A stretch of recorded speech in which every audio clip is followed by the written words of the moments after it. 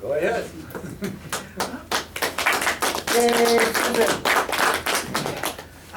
I'm going to be introducing my second great grandparents, Elizabeth, Kurth, Pfief,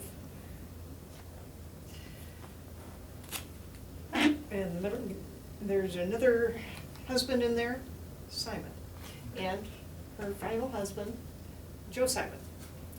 And our story begins in Mainz, Germany, and Prussia in 1838 when Liz is born. Her family immigrated to the United States, and her father, Frederick Kurth, settled with his wife, Margaret, in St. Louis, Missouri. At that time, they had a saloon and boarding house, and at that time, St. Louis was not so very friendly to those of German descent. So before too long, they moved up the river and went to Chicago. So we found some primary sources that I want to share with you, and then we're going to take some of those apart a little bit, because although they're primary sources, Liz kind of colored the truth a little bit. So this is kind of a fun story, and I find it very curious that I know more about Liz than I do any of her soldier husbands. Okay, so Mrs. Elizabeth Simon, and this is from the History of Chicago. And when we tripped over this, it was like finding a gold mine. Mrs. Elizabeth Simon, for more than half a century, has Mrs. Simon, now in her 60th year, been a resident of Chicago. Coming here a little maiden of 10 years in company with her parents, has been an eyewitness to many of the wonderful changes and surprising developments which have marked each decade of the city's history since 1948. In Simon's life, history is interesting. Her parents were native of Rhenish Prussia, where she was born on August 29th, 1838, and immigrated to America in 1842. Her father was Frederick Kurth, and her mother's maiden name was Margaret Engel. She was their first child, and the only one when they settled in St. Louis, Missouri in 1848, or 1842. Her father invested money in a saloon and boarding house, which he conducted with varying success for 6 years. 3 other children were born to him there, but all died in infancy and early childhood. Mr. Kurth became dissatisfied with his surroundings, and on June 26, 1848, he transferred himself and his belongings to Chicago.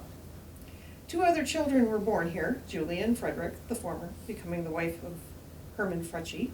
Mrs. Frecci resides on South Polina Street. On reaching Chicago, Mr. Kurth again embarked on the hotel business. For a few years, he conducted the old Rio Grande on LaSalle Street. Within a short time, he began to invest in suburban property, notably Riverside, and for a little while, he made his home in East Lyons. And I have verified those facts on censuses and so on, been able to track most of this information. Country life, however, presented few attractions to him, and he soon returned to Chicago, once again opening a boarding house. He was always earnestly and intensely loyal, and in 1862 he enlisted with the Union Volunteer Army, receiving a commission as a captain of Company F, 58th Illinois Volunteers. And the date that he enlisted was December 31st, 1861. He had his brother Julius Kurth enlist with him, and also Elizabeth's first husband.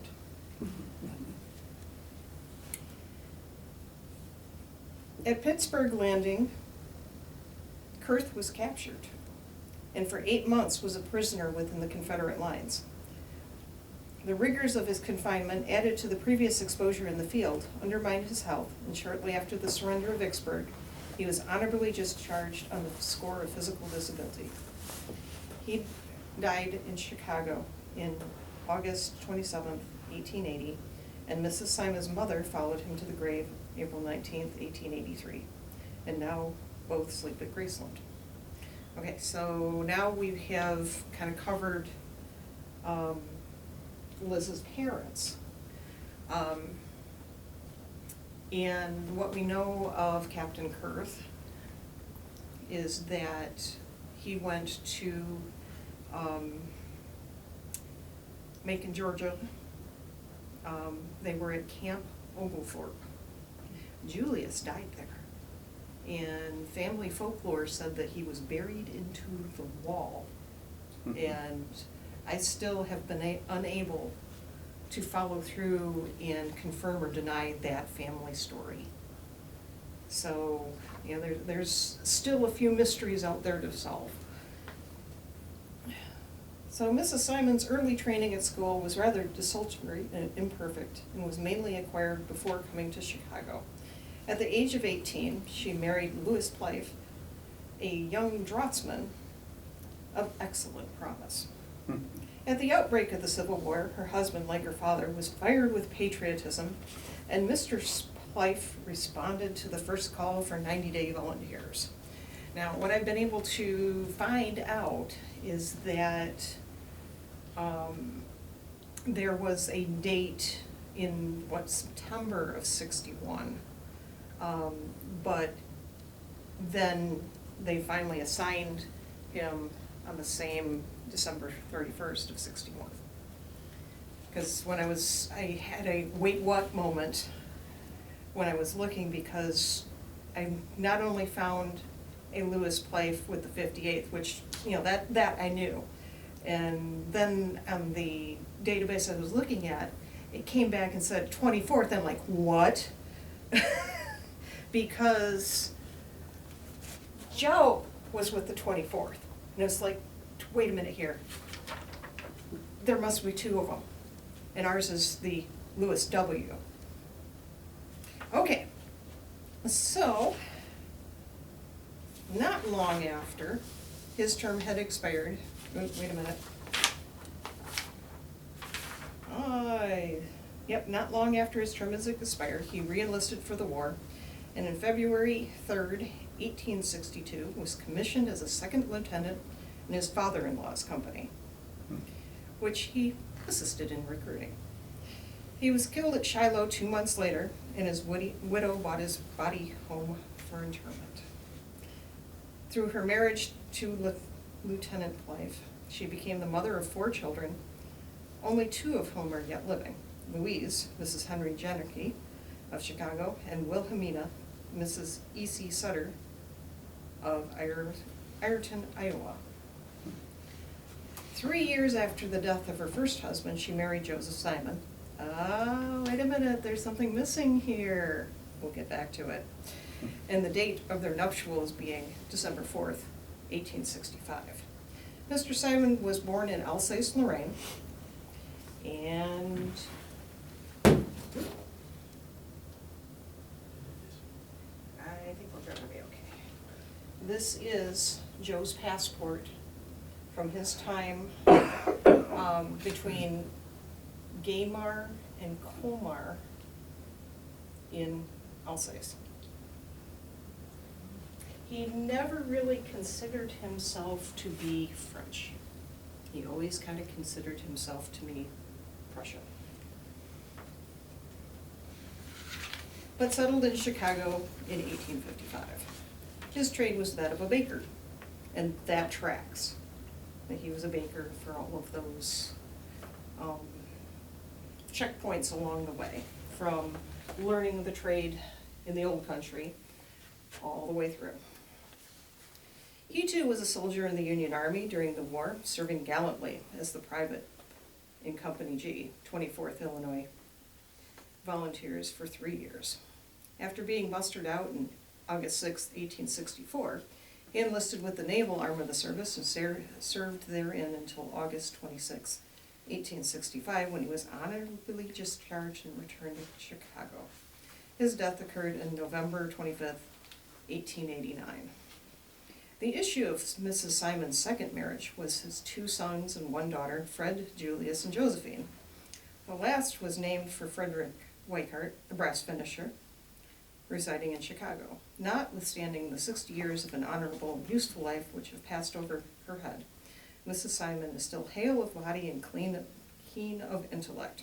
Her faculties are unimpaired, and her recollection of early and prominent events in the city is vivid. So it's nice that she kept her mental faculties. However, she left out a few details along the way. Very interesting details nonetheless. So you can go ahead and pass that around if folks want to take a look at it. So I have done some genealogy, and this is her timeline. And when you take a look at the events leading up to and through the eyes of what Mrs. Simon went through, it's mind-blowing. I'm still in awe of everything that she experienced.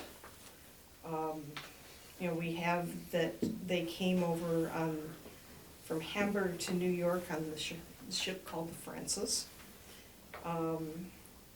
And her first sister was born in 1849 after they had gotten up to Chicago.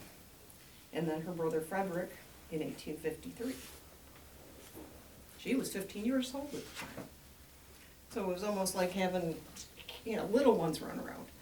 I can identify with that because my youngest sibling was born when I was 14 years old. So she got to be little mom, I'm sure.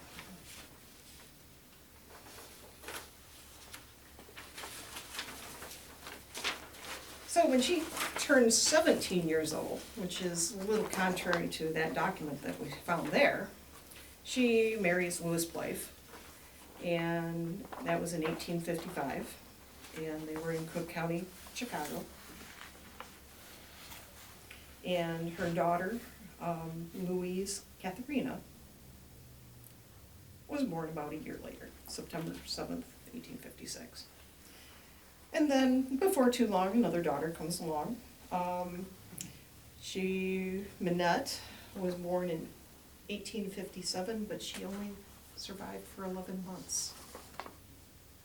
So we have a loss of the first loss of a child. Then, in August 31st, 1860, Wilhelmine Minnie Philippine was the middle name for this one. So August 31st, 1860. Okay, so then we start having the events happening with the Civil War.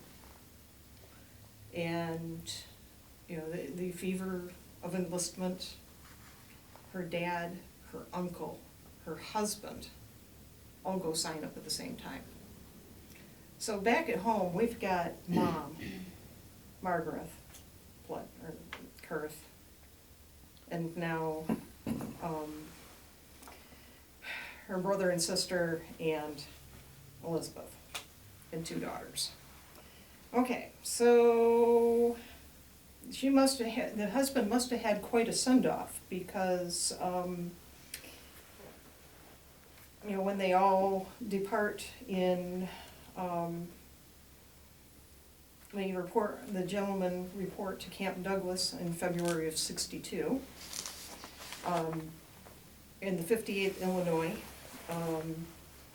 Fort Donelson is captured on February 1863 on the 3rd, or 62.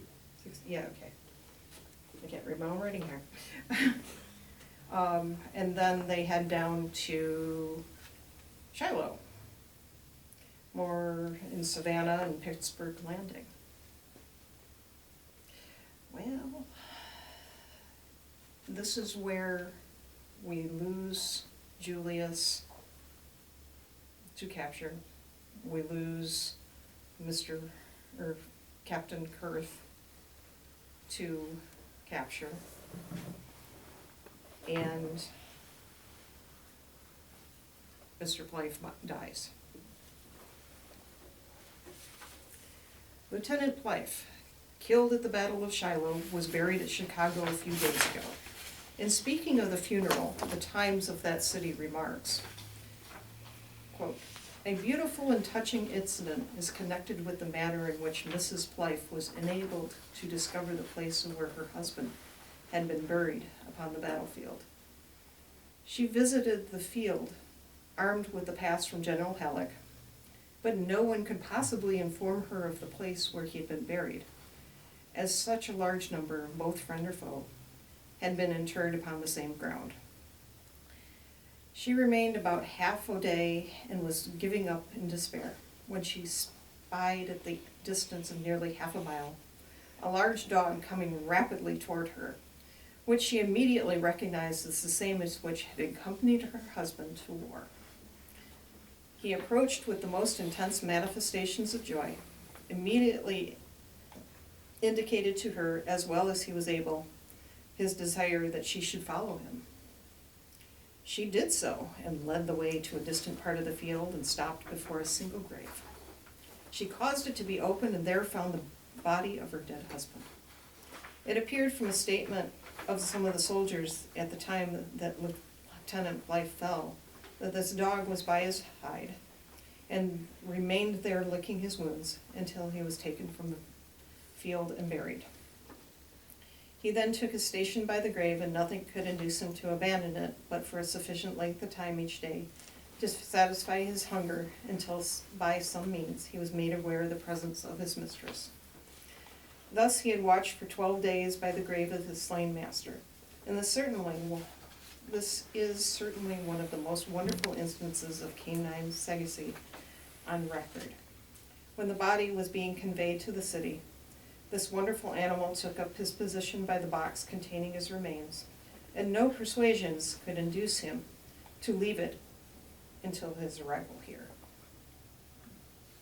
That's So- a good one to cry.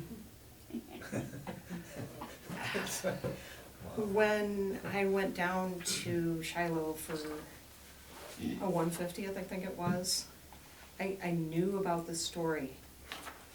I hadn't seen this. And I wanted to take like a little stuffed dog, because I don't own a dog, and just keep it in my haversack. But, you know, there were a few times that I had kind of that eerie, this is a little too close for comfort, something awful close to home experience, kind of that spooky feeling. I guess I didn't realize just how close I was to where he was buried when I was having that experience. And that my second great grandmother had actually gone down there. Now,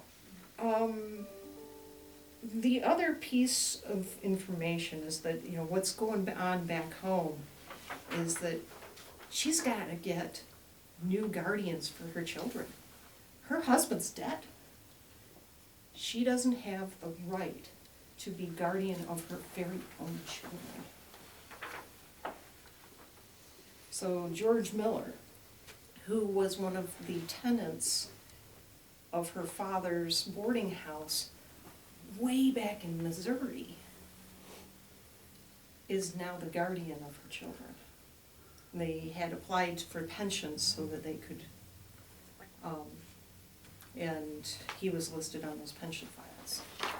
And he showed up in the censuses way back in Missouri. Now, a little detail that kind of came to light as I'm kind of looking at the timeline here. It's like, daughter Margaret, born on October 7th, 1862. Yeah, I think her husband had quite the send-off. So that means that when she was going down and retrieving his body, she was somewhere at the end of her first trimester with little one. So, you know, that adds yet another layer on top of,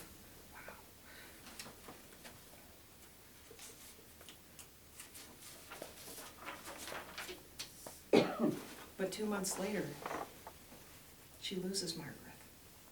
So this is now the second baby that she's lost. So, we have a census that puts her still at the same place in Chicago in 1862. And we find through the census files and through Joe's pension files that there was another wedding in there. And so we can assume, timeline-wise, that she was courting again within a year later. Her dad has resigned on February 1st of 64. And a couple months later, on May 16th, 64, she gets married.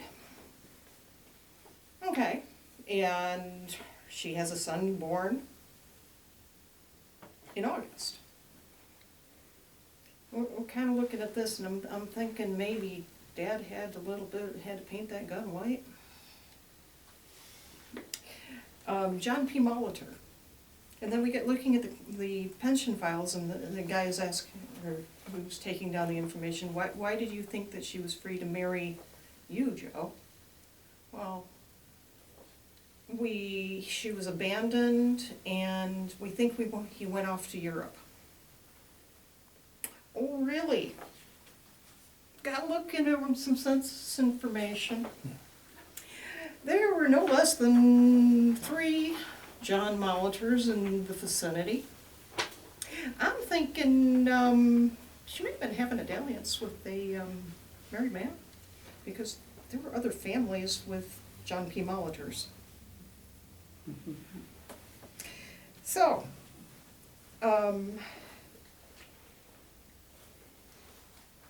so somewhere in here, she begins courting with Francois, and he never liked being called Francois. He always went by Joe Simon. They like being French. And their wedding takes place in 1865, after all of his term of service is done. So I'm going to back up a little bit and tell his story now. He came over from Gaymar, Colmar, Alsace-Lorraine in, I'm going to have to grab this document in the middle, about in like 1850s, I think it was, without going and grabbing it here. But then he came up through Indiana,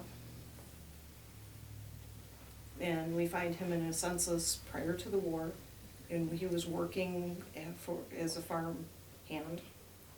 And apparently it was a pretty successful farm, and he had a pretty good, sizable bank account at the time. And he comes up to the Chicago area just about the time the war's breaking out.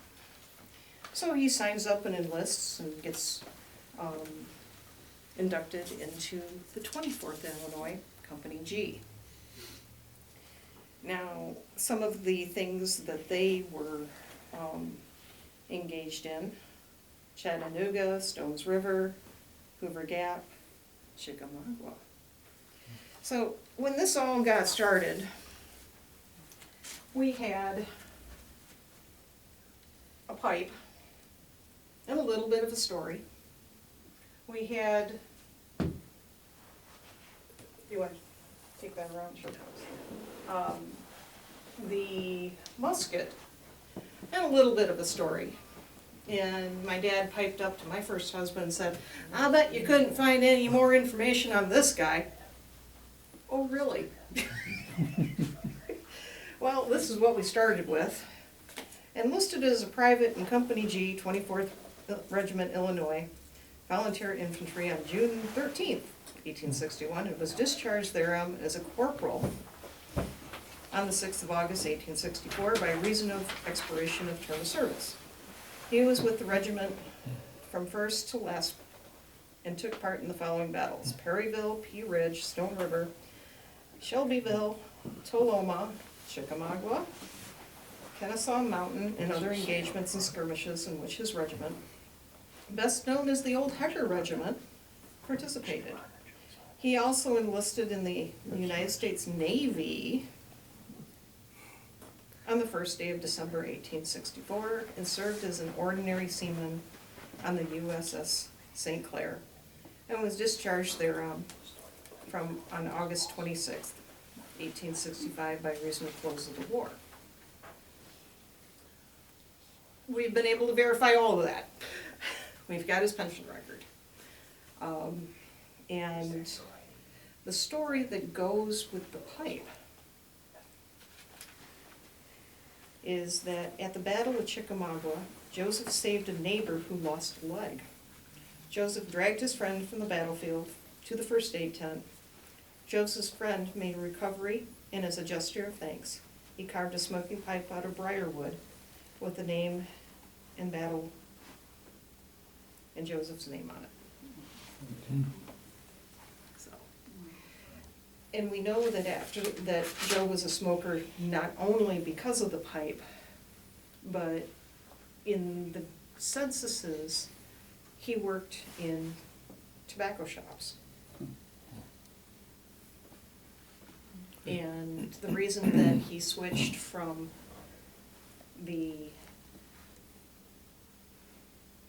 infantry to the Navy is because he pretty much had sunstroke and was hoping that being by the water would make things much better.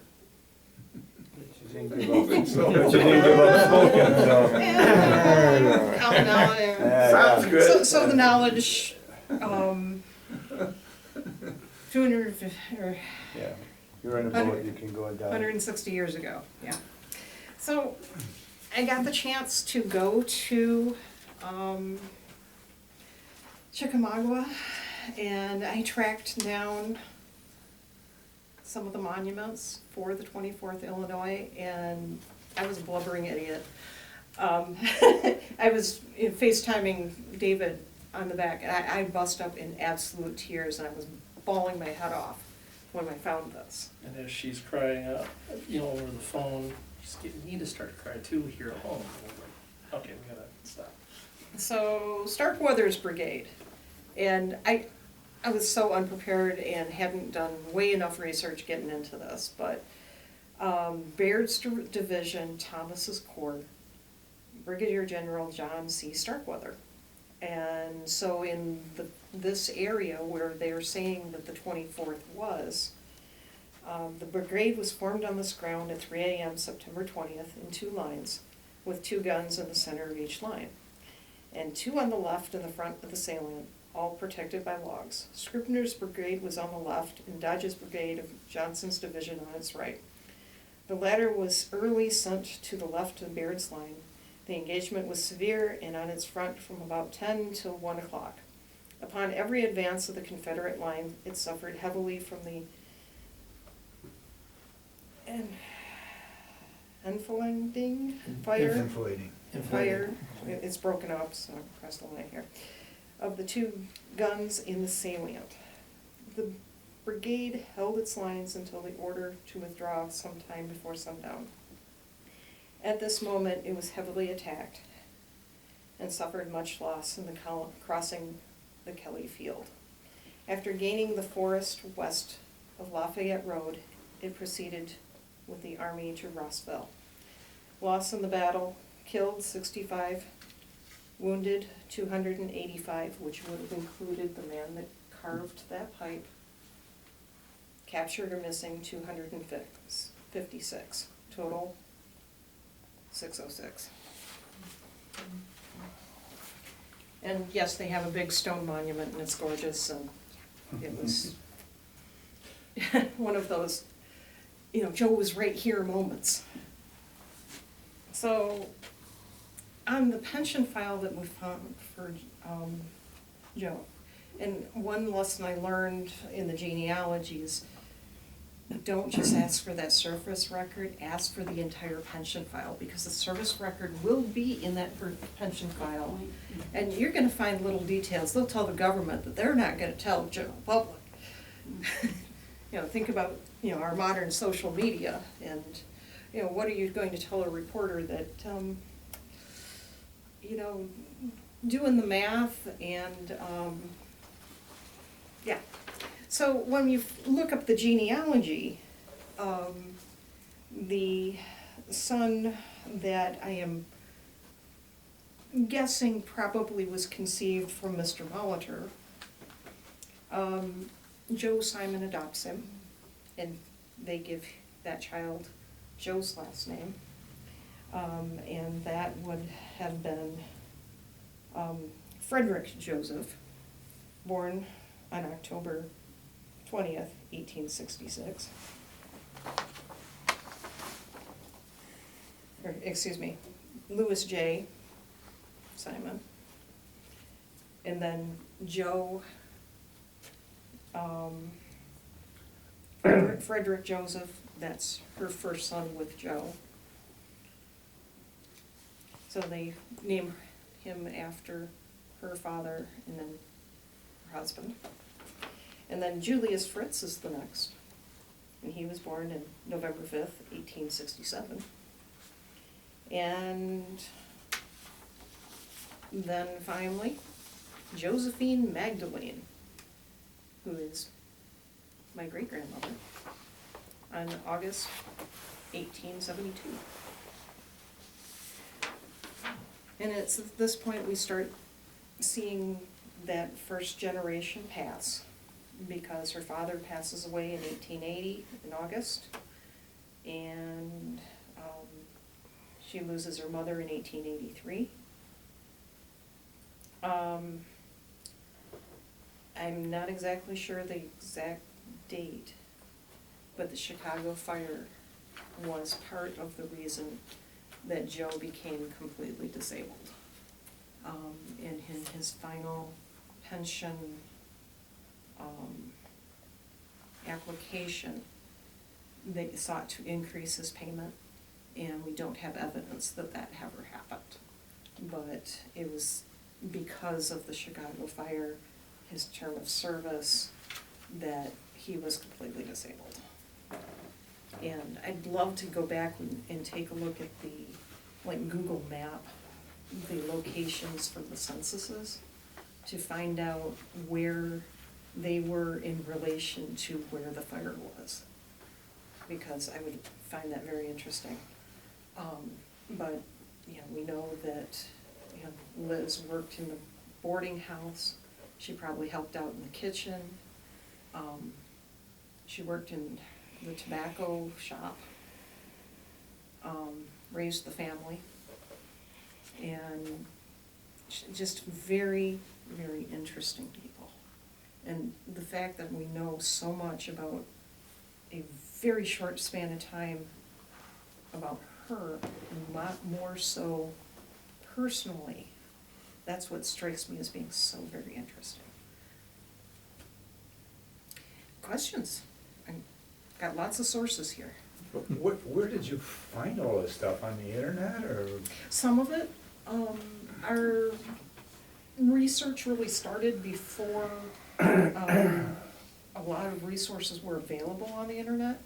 I credit my first husband with a lot of the digging, because he was able to get the German government to provide us a copy of his birth certificate for Joe Simon. Mm-hmm.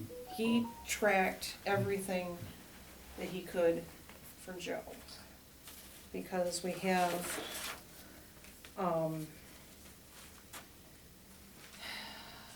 a translation of the passport. This is from Civil War Unit Histories, and these are the muster and description rules for the 24th Illinois. So yeah, I need to kind of go back and do the same thing for the 58th. But then we have the pension, or the service cards, the muster roll cards. And these were taken off of microfilm. Oh, yeah. And then this was from the National Archives. And right now the backlog on it is,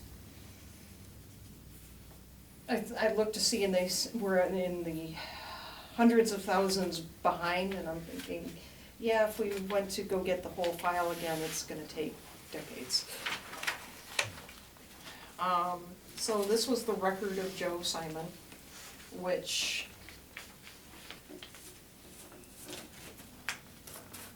mirrors that.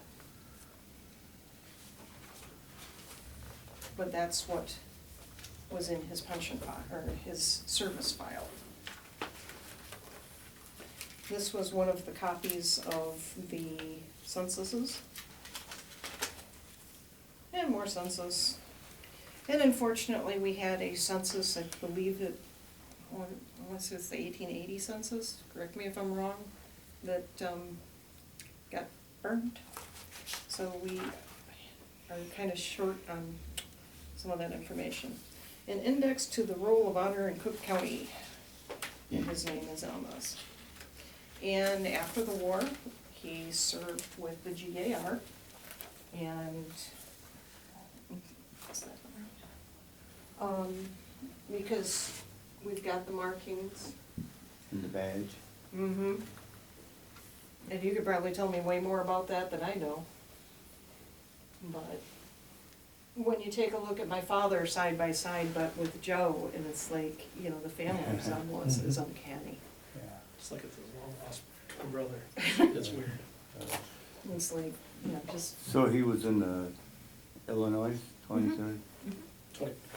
24th Company 24th. G. And, Out of Chicago? Yep, Okay. yep, and some of the things they did, Hoover's Gap, Stones Rivers, Chattanooga, Mhm. Perryville, so I do wanna get to Perryville one of these days. Pine Hill, Kennesaw Mountain, so yeah, they saw a whole lot more action, than,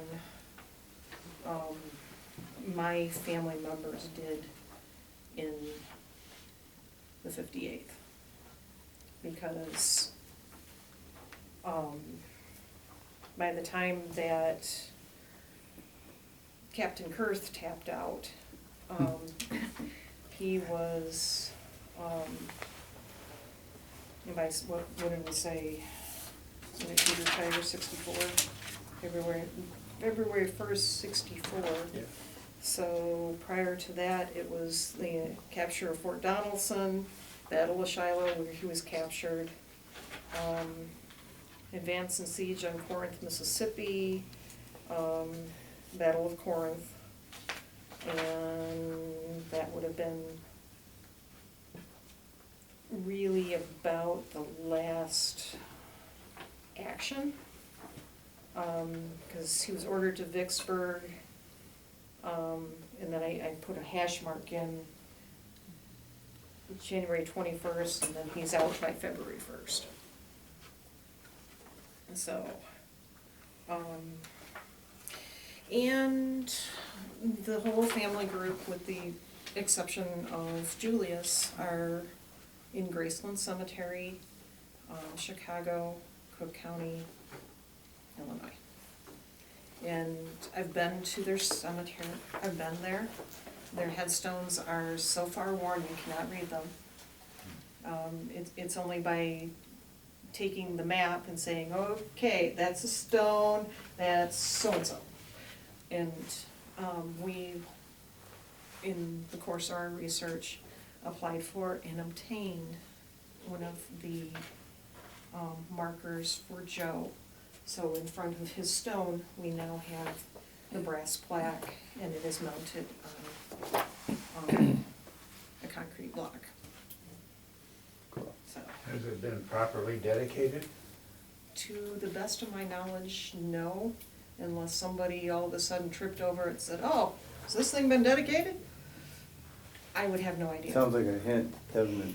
Well, this is, that's a heck of a Sounds road Sounds trip, like road trip to okay? me, don't you think? Sounds like we should get a hold of Captain Lampier and say, Yeah. well, we're down to Oh, yes, I yeah. didn't think ahead. Yeah. But Oh my God, that would be great. we just got the thing placed there, and it's still there. My mom's dear friend, Kadrin, took her family, and when they were in Chicago, my dad asked them, hey, would you drop by and look? And she sent back pictures. Cool. It's still there, So it's in, the grave site is in Chicago. Chicago itself. Yep. Okay. Yep. And from what I understand with Pfief, where they originally brought him back, they turned that into a park, so he was reinterred a second time. Or third, if depending on how you want to view that. Yeah. He got moved around a little bit, you know? Yeah, three times the charm, right? Oh, Yeah, exactly. But, so, after the Chicago fire, which I wish they'd had in this, timeline, which they don't,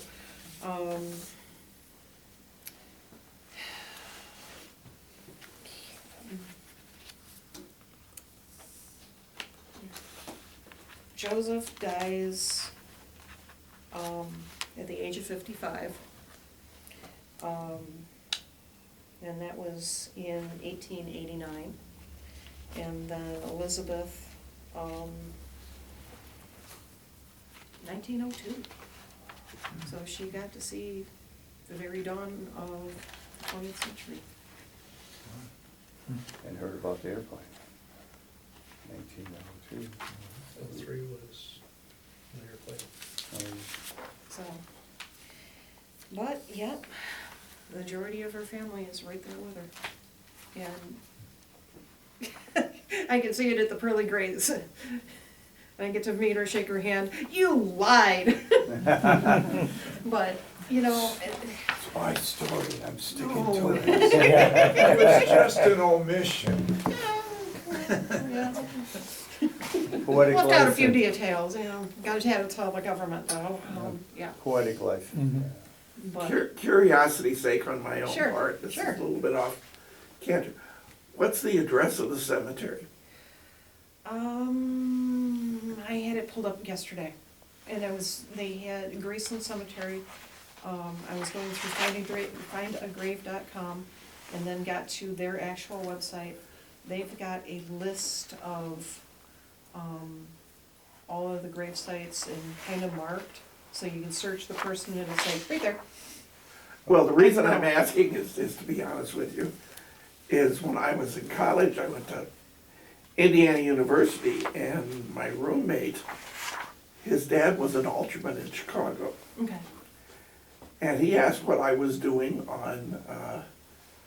in November '72.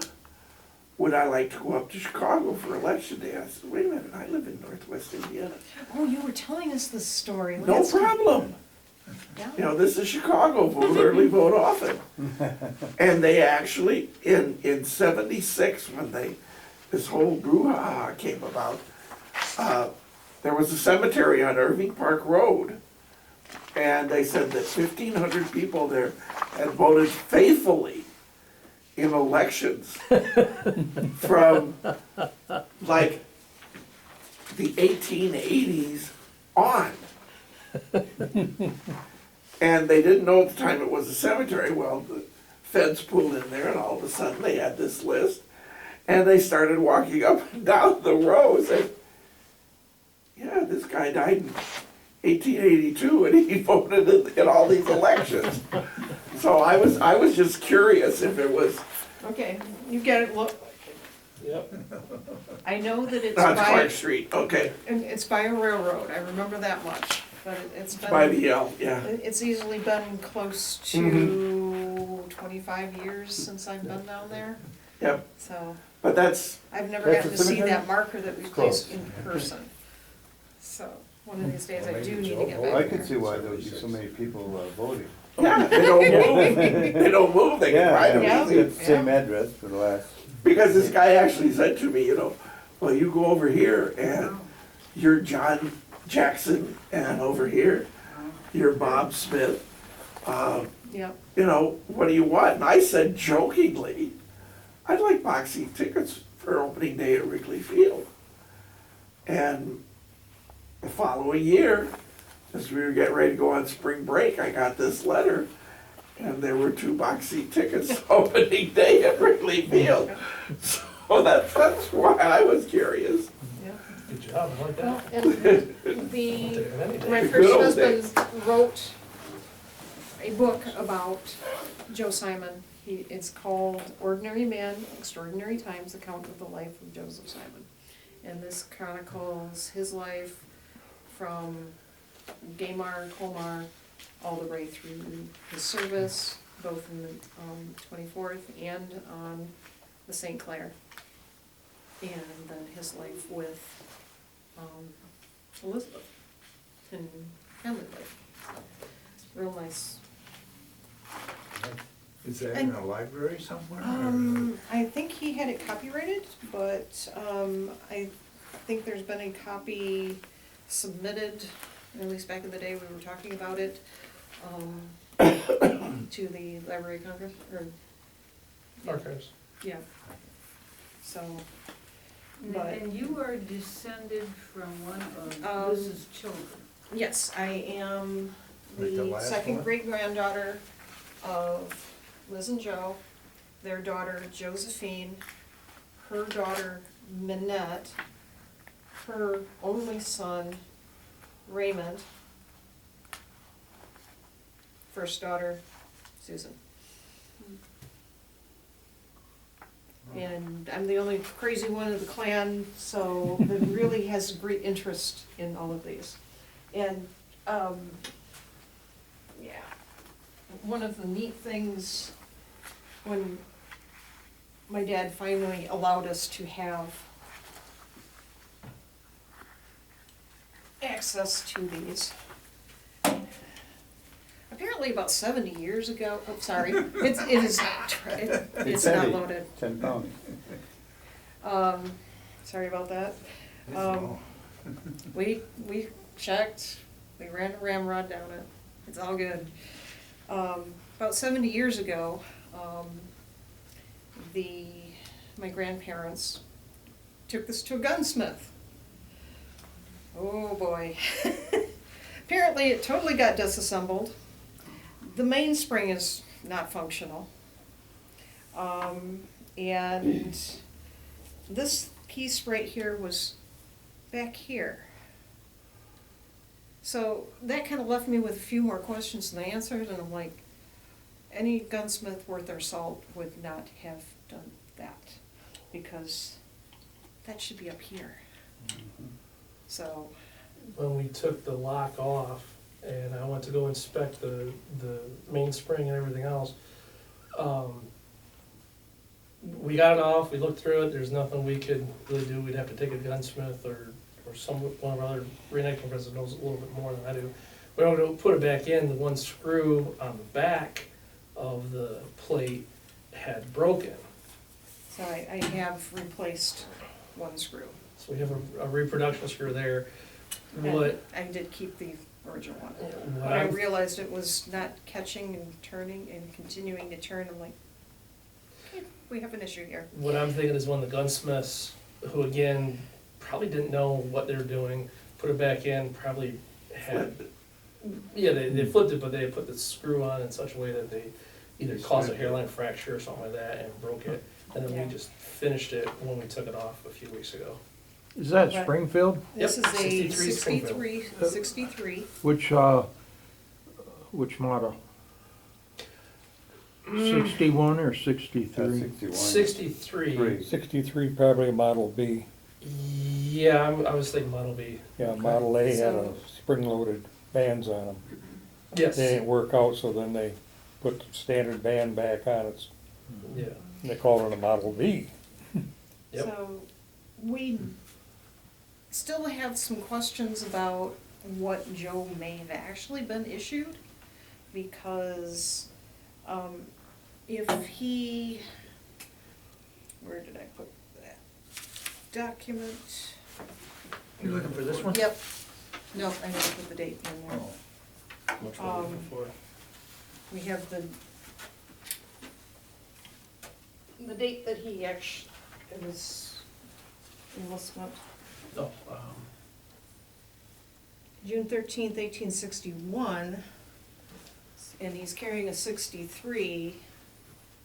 It's not the one he started with. So, and he did ascend from private to corporal by the end. However, there's a couple of sources that say, no, it wasn't corporal, it was still private, and I'm like, Yeah. so, what, yeah. what I was originally thinking when I saw the musket, heard the story that he may have just bought it afterwards. He was part of the GR, so he may have been a guard. Right, and right. GR may have gave it to him, he may have bought it for the GR as well. We don't really know. Right. The, bayonet doesn't quite fit so very perfectly, so, Army surplus. and the other piece that is very, very curious about, you know, and as a reenactor, I'm still scratching my head over it. The canteen is leather covered. That's not fabric, that's leather. That's very, very unusual, and I have not been able to document what is going on. Could they buy a leather, leather cover from a sutler? I have no idea. It, It is Yeah, I different, I haven't- think, that, Usually they finding- wore out, so. yeah. I would Cloth imagine would that, have wore out, yeah. I would imagine that the cloth wouldn't have, 20 years of Well- reenacting, I've had Oh, a yeah. couple of covers on mine. so, The last yeah. one didn't have one. But coming up with, you know, documentation to, you know, Yeah. say, yeah, that was a thing. And all I can do is stand here and say, apparently this was a thing. I just can't document This is what he left any us. provenance other than this stuff belonged to Joe. Yeah. Whether it belonged to him in the course of his service, which is what I'd love to believe, Yeah.